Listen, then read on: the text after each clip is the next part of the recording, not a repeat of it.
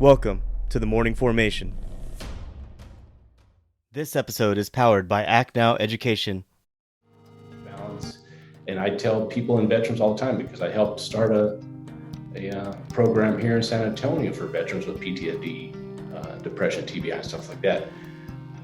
Drawing and painting and doing like just anything that gets them out of bed, gets them off the meds, get them starting looking at their surroundings, not as a threat, but they start seeing different things that really kind of lifts them up. And I'm like, it doesn't matter if you're playing guitar, if you're wood carving, if you're making mud pies in the backyard, if it fulfills you and it makes you your little heart smile, you got to do it.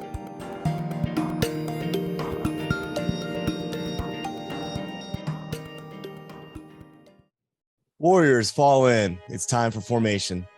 Today, we're joined with an Air Force veteran who's going to share his own career transition into the world of sculpturing and explain how he's been giving back to the military community as well. And if you'll remember correctly, we had the honor of interviewing a Grunt Style artist and San Antonio Muralist named Ghost just a few months back, who also did some incredible work. Well, today we're going to learn all about our Air Force veteran, Cody Vance's military life, his transition experience that landed him as a highly talented artist. And we're going to also explore some of the lesser known insights into the realm of art and sculpturing. Cody, I want to thank you for joining us on the Morning Formation today. Well, thank you for having me. It's going to be a good little trip. Definitely, man. I'm looking to go down this journey with you, man, as far as how you made the jump or transition into the world of sculpturing, because I know even for myself back in high school, I was really interested in art and kind of had my dreams shut down. Kudos to you, man. I mentioned that to Ghost as well. I said, I really envy folks who sort of follow their creativity and their dreams into the next level, which is where you're at right now. So it's an absolute honor to have you on the podcast today. And just to start things off, Cody, would you mind explaining to us why you decided to join the Air Force out of all the other branches? It's a strange kind of way that things work out, but I grew up in Albuquerque, New Mexico, in an area called the South Valley. Very agricultural, very old family residents, generations living together and things like that. But there wasn't a lot of infrastructure for like jobs for young people coming out of high school. And I lived in a pretty deep part of the South Valley, all the way down to the Bosque and through Isleta Pueblo Reservation and into closer to Los Lunas. And that kind of bounced around a lot. But there wasn't really a whole lot of job things. But I did through high school. There used to be a program, I don't know if it still exists or not, but it was called DECA. And it was to help you build and learn business acumen. And I got a job in a department store as a senior and worked there for about a year. Then we all found out that this big monster called Walmart was coming in and buying the store, and we all got laid off. I had no idea what Walmart was. So, 2 or 3 days later, after all this really transpired and we all got down, I was downtown Albuquerque up in the city, which is it's about a 40-minute drive. It's a pretty long hike for where I was living. Just kind of wondering what my next step is going to be. I'm walking around the city and just relaxing through the day. And I turn a corner and there's all the service representations, all the offices. And I kind of looked at it and it never really dawned on me, even though I've got a lot of military presence in my family. I'd always wanted to be an artist, and I didn't think those two connected. But, I started looking at them and how I really came up with it was almost like a coin toss. I'd known family members who'd been in the Marines, uncles had been in the Navy, Army presence, but I didn't know any of us who had been in the Air Force. And that was just kind of the way I've always been, whatever else anybody else has kind of done. I've just kind of walked my own path and followed my feet, which is one of my big kind of mantras. I don't try to put too much stock in or try to plan too much, because I just love going day by day. And I really just kind of walked right into the office and told them that I wanted to look into signing up and that I'd love to be a graphic artist. And he was like, you can, but that's about a 1.5 year waiting list. And I was like, nah, I need to go now. There's nothing for me where I'm living. I got to go. So 3 months later, I was coming here to San Antonio, and doing the whole thing, getting your head shaved, getting yelled at, and the whole fun trip thing, and then went on to Germany from there. But that's really as simple as it was. It just like a real quick decision and just move on. Yeah, I hear a lot of stories like that, man. Like when I asked my buddy the other day why he joined the Marines, he said it was because of Full Metal Jacket. And so it's funny how it's rarely this ever like really deeply enriched research process. It's just kind of like I joined the Army because my dad was in the Army. Like I did not look at any other branches, and I just said, hey, Army or nothing. And it's funny how you just walked around the corner and saw all these different branches, these recruiters lined up, and you just picked one, I guess, right? Or Right. or did you gravitate towards the Air Force specifically? Just for that reason, because that was the only one I knew that nobody I knew had Right. ever been in. And I didn't know anything about the Air Force. I'd never even really contemplated it. I knew they wore blue uniforms. That was really it. And they flew, but that was it. Right. And, but yeah, they told me there was a 1.5 year wait list. And I said, no, I need to go now. And they said, well, here's some jobs that are available. What are you into? And I said, I want to go anywhere in the world. I Mm-hmm. want to be outside. I just want to just play. I want to be able to hop and pop. So what? So Go so ahead. what? So what job did they end up setting you up with, man? Security police, MP. Oh man. Okay. They All got me. right. But at the time, I didn't care. Right. I was so just ready to explore and travel. And You you just, could have told me I was going to be slinging mud, and I probably would have done it because that's yeah. just the way I've always been. I don't really care about that kind of thing. I had a conversation with someone recently. I had a conversation with some parents and a high schooler, and he was all like, well, I want to join the Marines. I want to join the Marines. And I was straight up honest. I said, well, what the hell do you know about the Marines? And what do you know about any other branch? You know nothing. And so at the end of the day, do your research, because I hear too many times folks like even myself just joined a branch because of X. And it really probably wasn't the best. I probably should have done my research and seen like what other opportunities are available based off my ASVAB score, because I enlisted originally, and then I went officer. But yeah, so pivoting to the artistic side, at what age did you start sculpting? And would you mind talking about how you decided to start doing that, and then doing sculpturing, and then uh, what's the tie-in to the military, to the military experience, I guess? Did you do it while you were in uniform? I did, and I like a lot of creatives. As kids, we start out with whatever we can draw on. The most natural thing you can do, draw whatever. And some, like you're talking about, you kind of got out of it, but you're now doing a creative podcast, which kind of scratches that itch. Right. But I did paintings and drawings and just about anything else to a more or less certain degree, although my entire life. I didn't get into sculpting until about 2008 because I was just burnt out on doing 2D work. In the military, I had done murals at different locations all over the world. I had done paintings and drawings. I became to be known doing a bunch of portrait work late in my career when I was getting ready to retire. Just quick pencil stuff from downrange type stuff. And I just was getting burnt out because it's one of those things where we will do a creative process, and at least for myself, I will immerse myself in it. I'll try to learn for everything about it if it really interests me.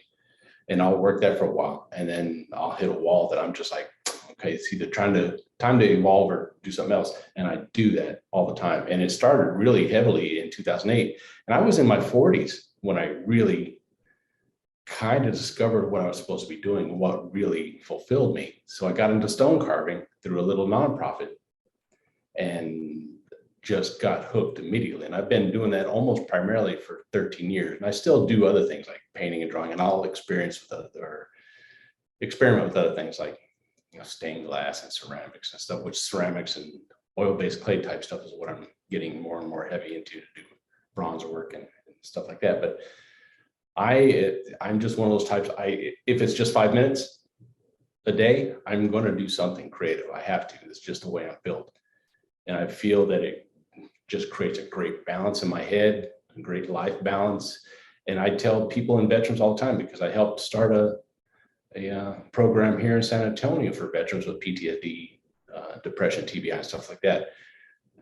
Drawing and painting and doing like just anything that gets them out of bed, gets them off the meds, get them starting looking at their surroundings, not as a threat, but they start seeing different things that really kind of lifts them up.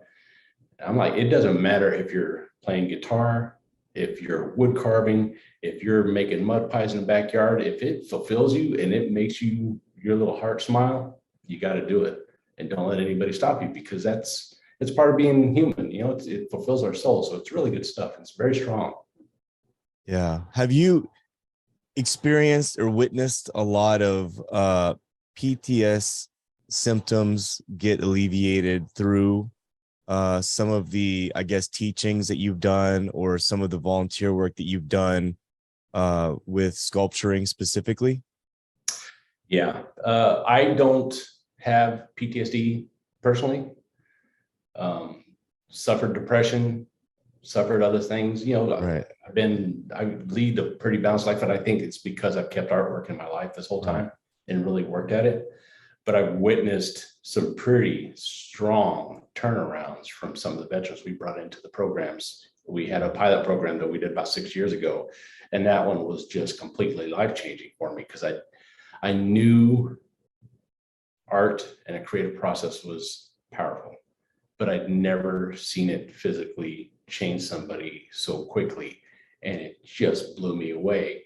And to this day, every one of those people, there was 15 of us in the entire workshop. There was 5 educators, 5 artists, and 5 veterans, plus a couple program managers who wonderful, wonderful guidance.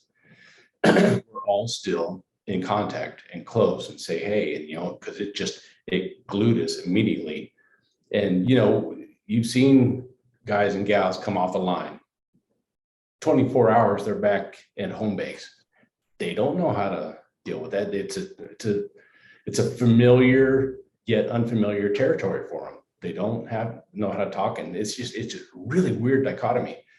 And we got some of those guys coming in. Some of them have been out for quite a while, and some had just come out of the sand. And they come in, they got their hats low, they're scanning, they're sitting, they're just watching, backs to the wall, all that good stuff. And our program managers were just brilliant. The first thing they did after they kind of introduced and said what we were going to do, you brought out these large sheets of paper and crayons and said, outline your hand and then draw whatever you want on it. And it took literally 45 seconds or so for the smiles to come up, the laughter to start, people start picking on you and looking around and saying, hey, and just getting into it, because there's something about the creative process, especially painting and drawing or something like that, and especially something tactile like a crayon, because that smell takes you right back to a kid. Your 6-year-old opens up and it trumps anything you got going on. It backdoors it, because we've all seen that little meme that the biggest, baddest dude in the world is going to sit down with that 4-year-old if she wants to have a tea party or not. Right. Right. That's very true. So when that person is able to bring and let that child out, there's nothing like it, man. I had goosebumps and chills just looking around that room that day.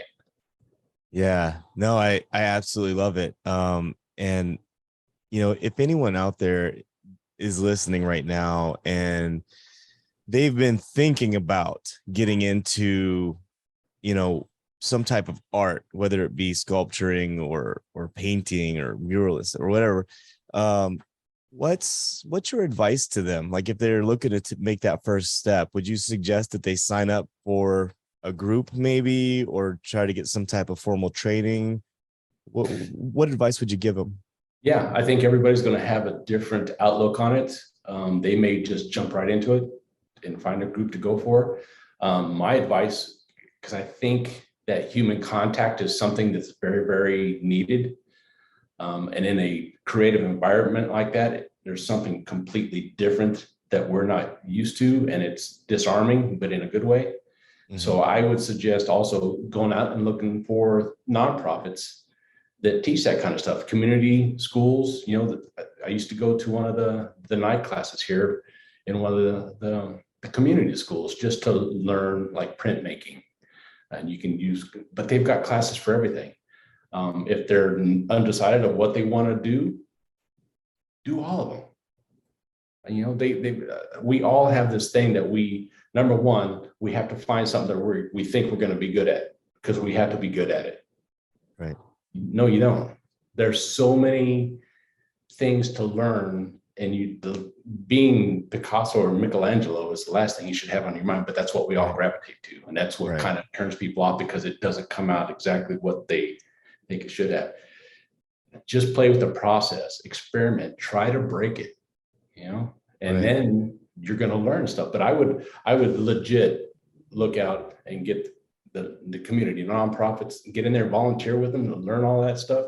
Most of them, the really good ones, they'll teach you anything. And there's, most creative communities are really wide open. They've got so many people with expertise that are just dying to teach you. If you're really honest and you're showing that you're legit about it, they're going to tell you anything they want. They're going to teach you, and they're going to bust your butt, and they're going to put their arm around you, and you're going to, at the end of the day, it's just, there's nothing better than being worn out, especially stone carving. Yeah. Your joints are throbbing and you're laying in bed, and that's like.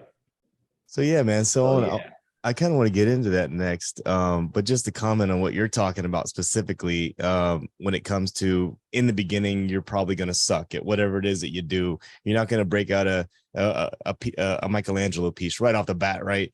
And that was the journey for me with podcasting and doing content creation. And maybe someday I'll share some of my first videos that I ever did, and they're awful and they're hidden right now on YouTube, to be broken open for laughs at some point in time in the future. But even in podcasting, when I first started out, horrible. And I expected it to be horrible, and I expected for people to be critical about it. And that was fine. I feel like I'm obviously better than I was a year and a half ago or so. So don't be afraid to start out and be very raw, be very rough. I give people that advice all the time when people are like, well, I'm interested in doing content creation or podcasting. And they're like, what do you suggest? And I'm like, you got to hit record and record yourself. But what am I going to record? I don't know. Just record yourself talking.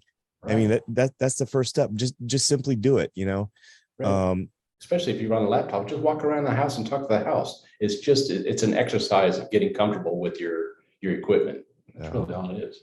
And if I could just tell you the amount of takes that I've done, just doing content creation, or even trying to do a interview podcast on just me, like early on, I did that, and I had to do it several times before I got it right. So yeah, but I understand that that's part of the journey, man. Everyone starts out like that. And, you mentioned earlier about being sore when you were chiseling out some stone. When you first started into the world of art, what were some lesser known things? Maybe they were stereotypes or misleading thoughts that you had before you became such a polished artist that you are today. Oh, probably a little. I mean, you already mentioned one when it came, because people don't understand that when you're hitting that chisel and you're hitting it with the hammer, that vibration and everything is going through your body too. So it takes a toll on you as well, right? That's right. And if you're thinking you're going to get it through an entire sculpt of something not breaking, forget that notion. It's gonna let you know how it wants to be. The stones that we do, our sculpts are great, but they come straight from Mother Earth, and they're millions upon millions of years old. They don't like to be pounded on, and then some are more than others. Some you can get away with a lot of aggression. So how frustrating is that when you're trying to sculpt something and make it just perfectly, edged and round, and then it pops off? I mean, you got to keep moving on, right? You have to decide, okay, now where do I go from here? Right. Initially, it broke my heart. It pissed me off. I would throw tools. I would just, I was not fit to live with for a good 10 or 15 minutes.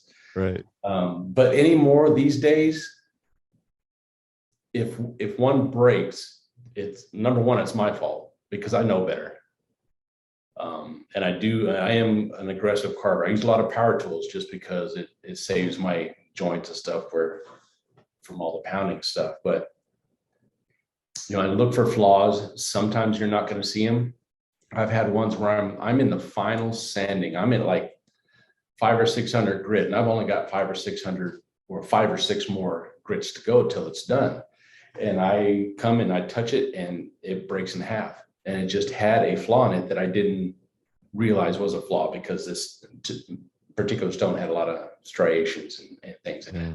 So it happens. So yeah, what do? You cuss under your breath, think dirty thoughts or like that, but there's really nothing you can do except learn from trial and error and talking to your friends and going online and finding out, and you figure out ways to fix it. 9 times out of 10, if you've got a lot of stone mass, you can get some small threaded stainless steel rod and some good epoxy and work that back in there. And it's totally sound, because, you can talk to any woodworker or anybody else who uses the good glues.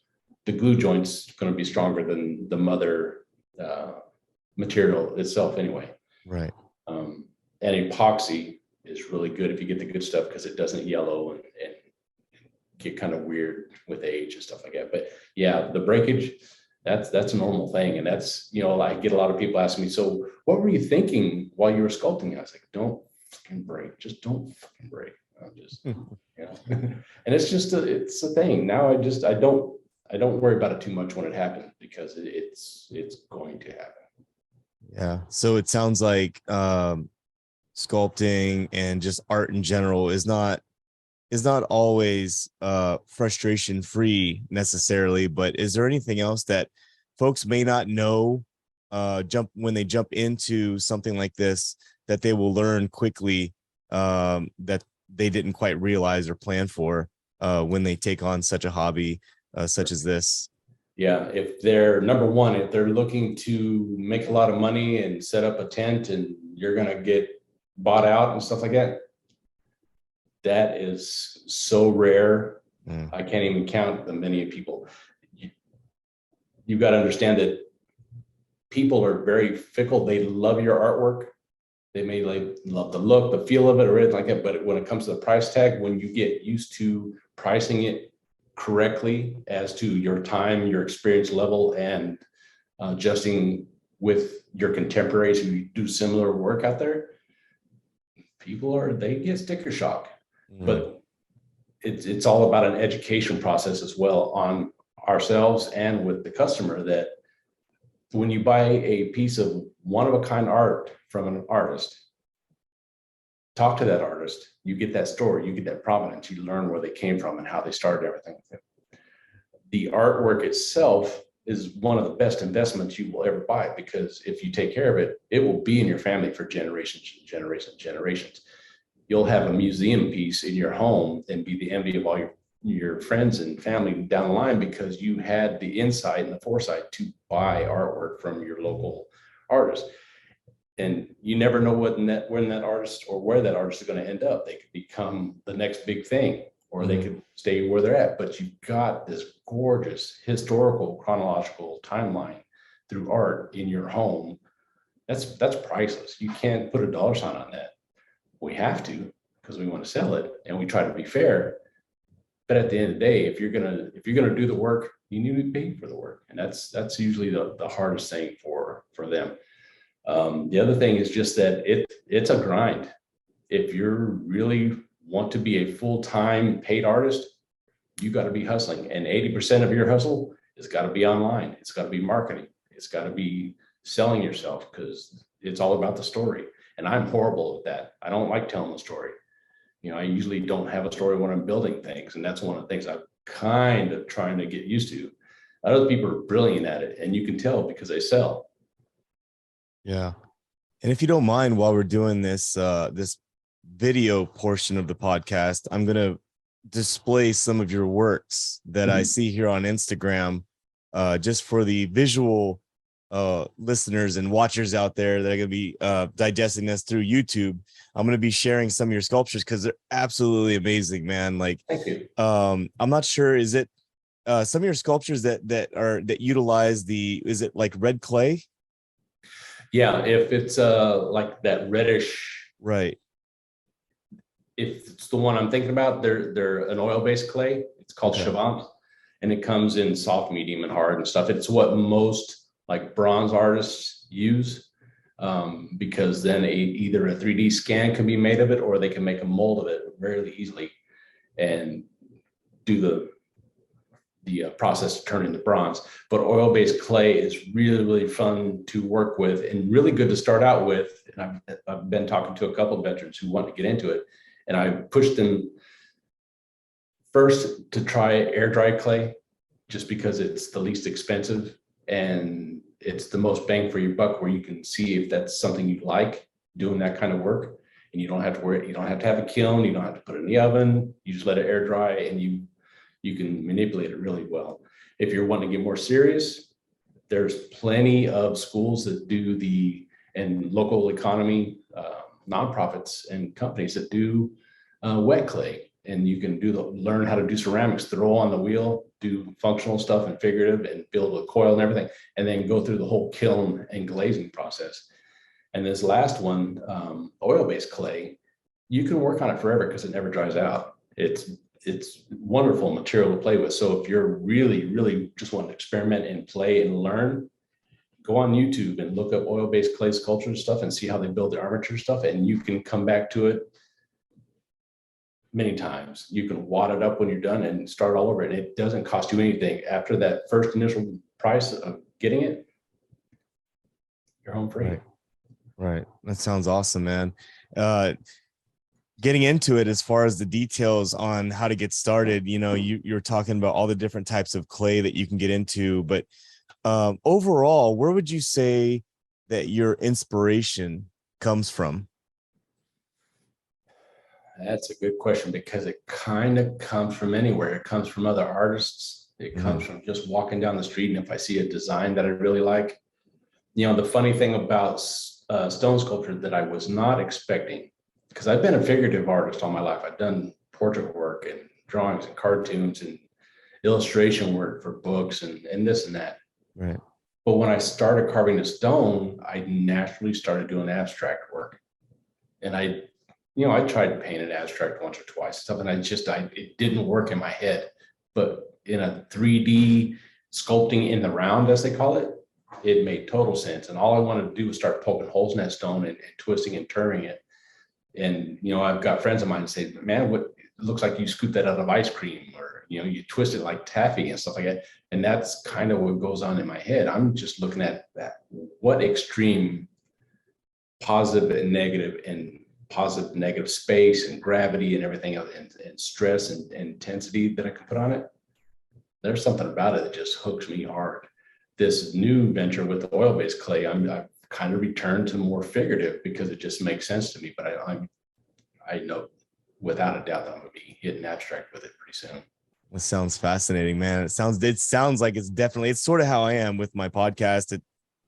I don't care what anyone says, this is an art and podcasting itself, because when I go to edit, I have to, I don't know if you listen to my podcast, but at the beginning I find music and I find a sound bite out of that podcast to slam in the front to hook folks in. And I'm trying to think like an artist myself, like what sounds appealing to the mood and the emotions of what this person is saying. So in a sense, I kind of understand what you're saying with that. It definitely is art. You're thinking about the big picture, and that's not something many people can do. Yeah, definitely. And Cody, so far, where has your art been featured? Would you mind also talking about some of your accolades that you've accomplished so far? Yeah, I'm kind of a weird bird in the sense that because I've had full-time job and really focus on that, I don't put my stuff out there a whole lot. Probably my two major things that I just completely keep paying me back in droves is when I retired, all the services, it doesn't matter which service branch you come from, they all have art programs. And with the Air Force, they allow you to donate the original works you did while you were on active duty, and they'll split the copyright with you. They don't care what you do with it. You can make posters, you can make calendars, you can make prints of it and sell them. They're cool with that because they have the original. And that's what I did. I donated, 33 original pieces to the Air Force Art program. So they're all in the Air Force Art catalog, and some of them hanging in the halls of the Pentagon, because that's where it's all housed. Oh, wow. And all around that area. So get up on the 5th floor, the Air Force floor, they call it, and you might bump into one of mine or a couple of mine. I've had friends send me pictures, stuff like that. So that was a big kind of heady thing. It was one thing to have my stuff there and know that they accepted it. But then when I get friends of mine sending me pictures, that's really cool. That's pretty cool. Yeah. The other one that is just has, and I don't like the way it said it, it's paid me back, but that's kind of a thing, but it's meant so much to so many others. And it just, if I fell off a cliff tomorrow and stopped, I'd be content, because it was born out of a necessity, and something in it clicked when the doctors told me. The backstory is, back in 2008, I was E7 running a medical multimedia team, and we did forensic work. Photographers, videographers, we deployed everywhere. We covered the southern United States, going and documenting fatalities or anything else going on that needed a forensic kind of documentation type stuff. Part of that, one of our big customer bases was behavioral health, and we had done a lot of work for them, posters and whatnot. Well, one day, as this group had just picked up their products, they were leaving, and one of the guys stopped. He says, "Hey, you know what? I see your drawings and everything and your Cuban stuff, and we always liked your work. If you ever come up with an idea, a visual idea that just speaks PTSD, depression, TBI, or anything like that, could you just kind of work with that and let us know what you got?" And me, I knew what PTSD, the term, meant. I didn't know what the reality meant. So we sat there and talked for about 10 or 15 minutes. At that time, back in 2008, what does that really mean? What are they finding out? What are they seeing come back from the different operational fields? Right. And he really just opened my eyes of what this really meant. And I'm one of those ones, if you start talking about an idea, my wheels just start going, and I start putting this stuff all together, which is kind of ironic on how this came out, because what I ended up drawing was a soldier, real kind of nondescript, had a very minimal battle rattle on him, but he was a jigsaw puzzle. And he had 2 pieces in his hand, and he had 2 vacant spots in here, because one of the things they said that really resonated with me is that they're these people who have experienced things or been traumatized by, an IED or whatever like that. Seems the rest of their life, they're trying to figure out where those pieces of them that they used to know are anymore. They're trying to put themselves back together, trying to find their footing and stuff. And that just exploded in my brain. And like a week later, I had them a full composite drawing, and it's blown up since then. It's been on magazine covers. Different behavioral health organizations have used it. Strong Star Research here, which is huge in San Antonio. It's part of a national consortium on PTSD research now, uses it.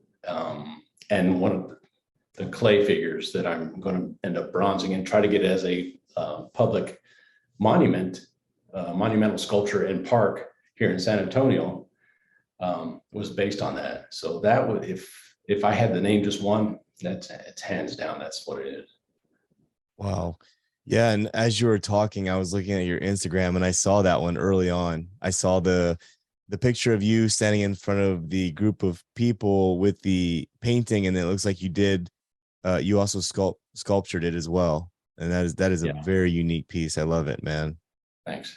And so over the horizon, what's in store for Cody Vance and Vance Art Studio? Mm-hmm. That's a good question. I've still got a little bit of way before I can retire again from my second job. And we kind of play around with the idea of having our home as a gallery.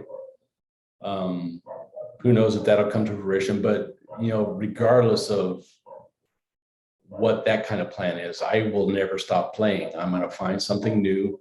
I'm going to experiment, and I'm going to tweak things I'm already working on. I can't not do it. And anybody who comes and talks to me or emails me, I am their biggest cheerleader, because I want them to get into it, because I just know how powerful it is. I know how healing it is. We've had people who were ready to end it all, and we got them in the drawing and painting. We've got one that's going for his PhD now. It's going to be a teacher.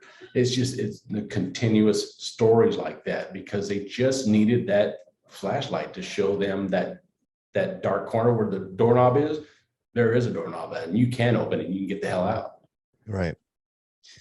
And some of the folks out there who have been listening to you talk about the nonprofits and some of the programs out there, would you mind naming some of those specifically? And maybe I can include those down in the show notes.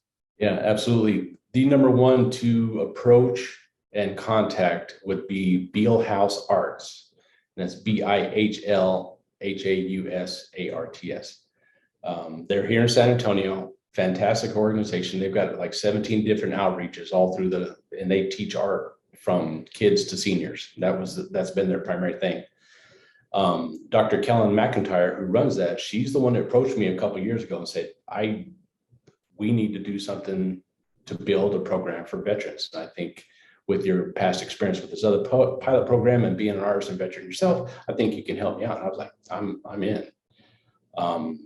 The pandemic threw everybody for a group and a loop and on their heads and everything like that. But there's also been a little bit of ray of sunshine and certain things with that, because we were all face to face, and we had brilliant instructor teaching our veterans how to just go from the very basics of drawing a sphere, drawing a cube, up to having their first show, doing their first art show with their friends and comrades, and bringing their family out.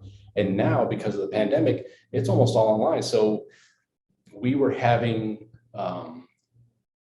veterans coming directly from our friends at Vet Trip here in San Antonio. And Vet Trip is kind of an immersion of healing and teaching you different tools to heal yourself and kind of reduce your stress when you know what's happening. They give you that insight of, okay, I'm starting to ramp up. Let me do some of these exercises to kind of chill out and stuff. And it's run by veterans.